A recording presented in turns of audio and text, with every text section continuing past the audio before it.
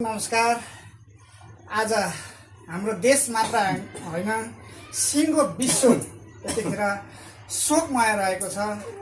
Specially हाम्रो देशको एउटा विश्व कीर्तिमानी पर्वतारोही निर्मल पूजा मगर निम्स दाई, त्यसै गरी पूर्वबहादुर गुरुङ, निर्मल निमा शेर्पा, किलबेम्बा शेर्पा, ग्यालु शेर्पा र नमाङ थिङ्गु शेर्पा लगायतको टिम पाकिस्तानको ब्रोडपिक पर्वत आरोहण गर्ने सिलसिलामा हिजो हिम पहिरोमा परि उहाँहरूको टिमको दुःखद निधन भएको छ।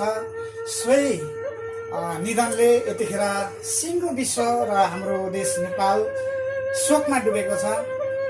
हामी आजको बसाइबाट उहाँहरूको आत्माको चिर शान्तिको कामना गर्दै हार्दिक श्रद्धाञ्जली अर्पण गर्दछौँ र परिवारजनमा गहिरो समवेदना व्यक्त गर्दछौँ।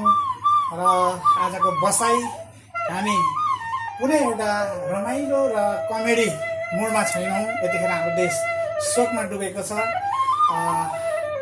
उहाँ एउटा चर्चित पर्वतारोही निर्मल पूजा निम्स दाई, उहाँ एउटा ब्रान्ड बन्नुभएको छ। उहाँले एउटा साँच्चै नै विश्वमा रेकर्ड राख्नुभएको छ। गिनिज वर्ल्ड रेकर्डले पनि उहाँलाई श्रद्धाञ्जली अर्पण गरिसकेको छ र उहाँले विश्वमा एउटा यस्तो कीर्तिमान बनाउनु भएको छ जुन कीर्तिमान चाहिँ अरू कसैले तोड्नका लागि असम्भव छ। एउटा अकाट्य कीर्तिमान बनाउनु भएको छ। यो कीर्तिमानलाई सारा नेपाली जगतले चाहिँ, नेपाली युवा जगतले चाहिँ कहिले पनि बिर्सिने छैन साथीहरू।